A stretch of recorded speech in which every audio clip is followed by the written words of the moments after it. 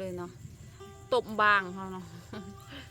เป็นตะเสบอยู่ทุกคนเบิ่งซุ่มนะตบบางกำลังฝดบอกเด้อกินข้าวน้ำกันเลยมื้อนี้เมนูตบบางเลยทุกคนมาใส่เครื่องครบหมดเลยเนาะมีแต่ถามมันสุกเท่านั้นเนาะควันเนาะทุกคนไข่ก็เลิกดุกันเนาะเขาสีเอาไม้แดงๆสีมาเสียบใส่กดมันเลยเนาะนี่ใส่เด้อ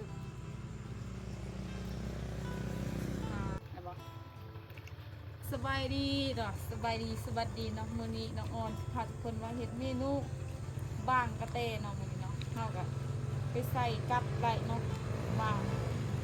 กระเตหรือจักบ้างจักกระเตเนาะเฮาบ่ฮู้เนาะผัดป่าเนาะเฮาสิมามื้อนี้เฮาสิมาล้างไข่เผามันเลยเนาะบ่ฮู้ว่าทางไข่หอมยังเนาะนี่เนาะเฮาสิมาเฮ็ดแกงมันเลยหรือว่าต้มซั่วเนาะข้าเจ้าเห็ดวิธีเห็ดนี่เนาะเขาเผาไข่ก่อนเนาะทุกคนขี้มันนี่ข้าเจ้าก็เอาเนาะขี้มันเล่นบริลานะเอาไว้เลยนะนี่ว่าประเทศด่างหกมาบ้างเนาะ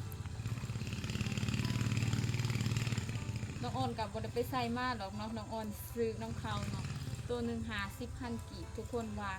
ถึงเงินไทยกับประมาณ70 บาทเนาะทุกคนว่าถึงยุคแพงเนาะคอมเมนต์มาบอกให้เลยทุกคนเลยว่าท่านยังมีชีวิตน้องออนก็อยากสื่อเลี้ยงอยู่แต่มันตายเลยเขาสิมาล้างไข่เลยเนาะทุกคนเนาะล้างไข่เผามันเลยเนาะนี่ใหม่เนาะตัวล้างไข่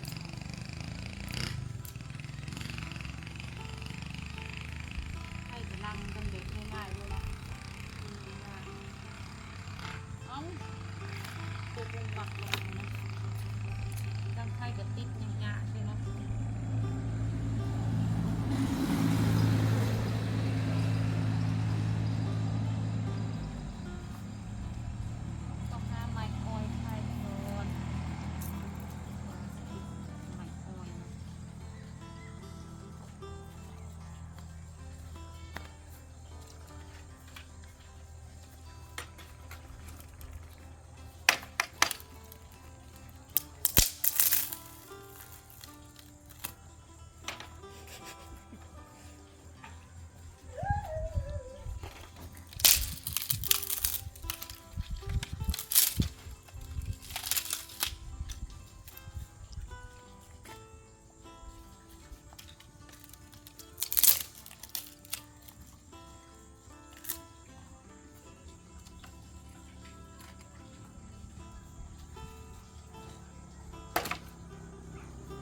ช่เนาะเอากระถายไฟแห้งๆแล้วเข้าไปไปห้ามไม้แล้วเสียบกดมันเนาะเพื่อให้มันมีคงจับกับเขาง่ายๆเนาะเขาเลยเขากับทำการทั่วเนาะนี่ทุกคนค่ะทุกคนเขามาให้กำลังใจเลยเมนูบางผู้ว่าทางคนไทยเฮ็ดยังกินเนาะก้อยลาบหรือว่าตกแกงคือน้องออนสิต้มใส่ขี้มันเนาะสุกหนักเลยแซ่บๆนี่เราทุกคนไข่ก็เลิกดุกันเนาะเขาสีเอาไม้แดงๆสีมาเสียบใส่กดมันเลยนี่สีขาวใส่เด้อ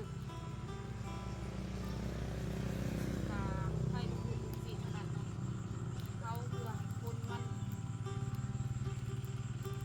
บางคนเขาจะกระตุกน้ำลวกเอากระไรเดือดน้ำลวกเอาเข้าแต่ว่าส่วนได้ตามส่วนบนอย่างนี้มักจะเข้าลายหัวเนาะ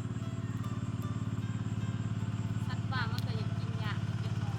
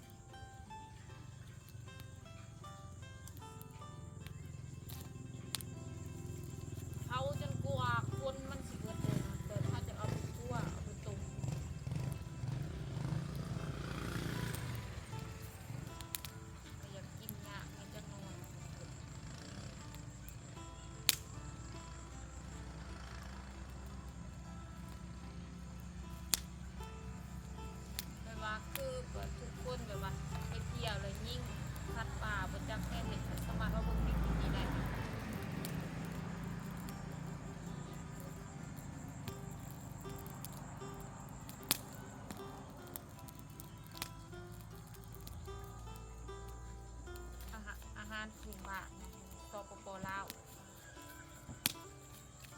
เขาบางนะบางกระเตงนี่ยังไม่อยากหลอนเขามันต้องประมาณ3-5-4เทือกนะเขาจะสิหลอนเพราะคนมันหลายนะแม่คนโคตรหลาย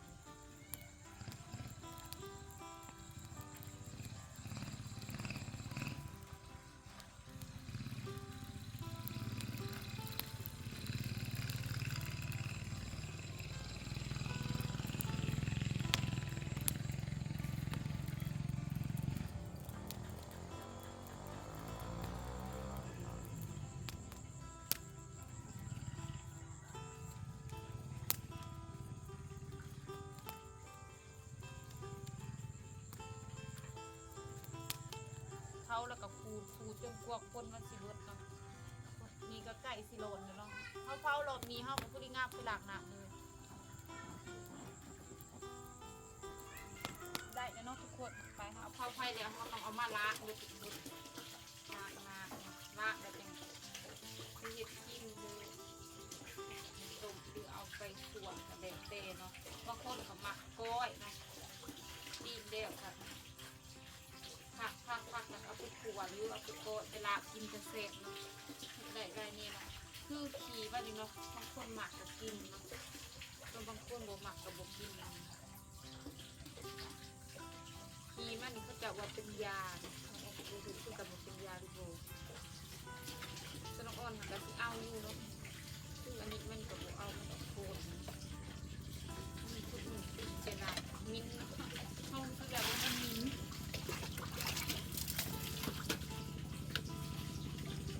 ล้างเขาชุดได้ด้วยดีอ่ะมียาหัวด้วย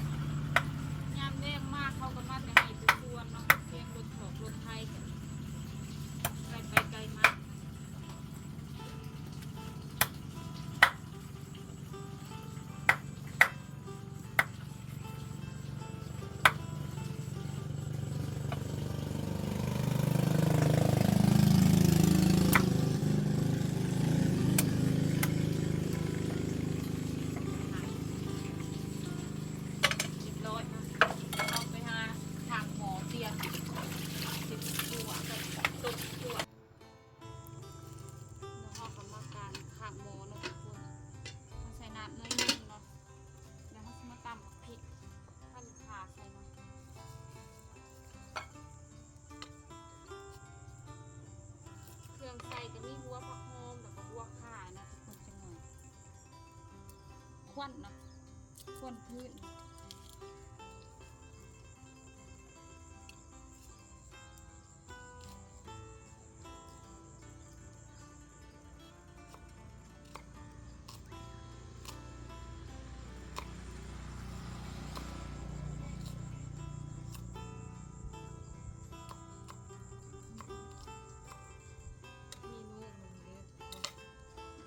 ตกบางนะ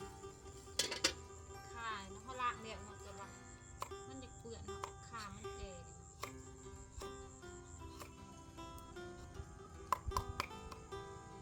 ขาววัวสิงไข่ลง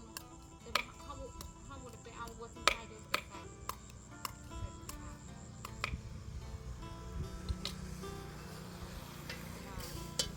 ขาวัวสิงไข่ตำสิงไข่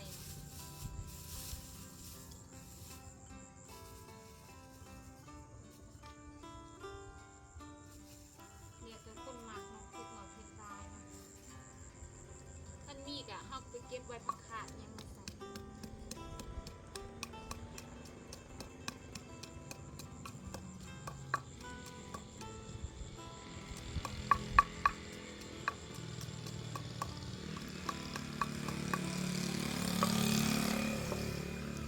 มันคือก็น้อยมันคือว่านอกเขาอีเลิศเนาะเขาก็ใส่หม้อกระพุดแล้วนี่เขาเอาลงเลยนะวางนะ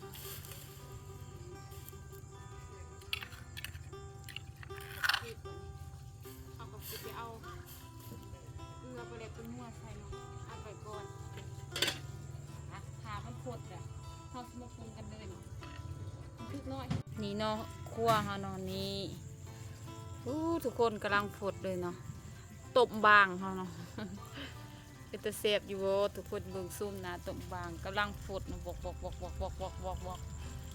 เด้อกินข้าวน้ำกันเลยมื้อนี้เมนูตบบางเลยทุกคนเอาใส่เครื่องครบหมดเลยเนาะมีแต่ถามมันสุกเท่านั้นเนาะควันเนาะนี่เนาะทุกคนเดี๋ยวทุกคนตบบางเนาะคมเป็นคมเลยเนาะมาเลิกกินข้าวน้ำกันเลยแล้ววันขอตัวไปกินข้าวกันเลยเป็นตะเสียบดีเนาะนี่เนาะเดี๋ยวเลยเนาะทุกคนน้องออนก็ขอตัวไปกินข้าวก็ขอบใจทุกคนในไลน์เนาะสำหรับคลิปนี้น้องออนก็หยุดไปเพียงเท่านี้ไปพอกันคลิปหน้าเด้อขอบใจทุกคนในไลน์บ๊ายบาย